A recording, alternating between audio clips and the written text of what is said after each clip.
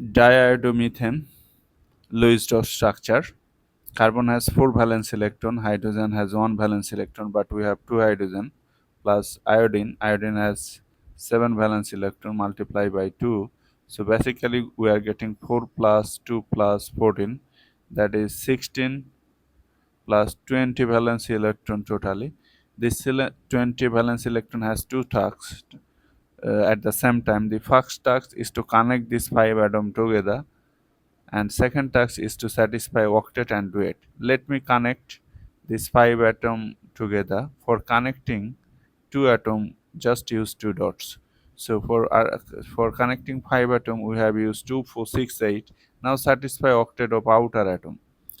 2, 4, 6, 8, 10, 12, 14, 16, 18, 20.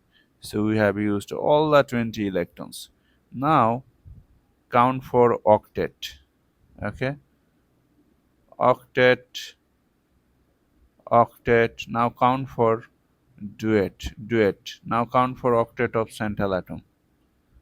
Okay, carbon is the central atom because it has the highest capacity of making bond, plus it is least electronegative, plus hydrogen is always considered outer atom.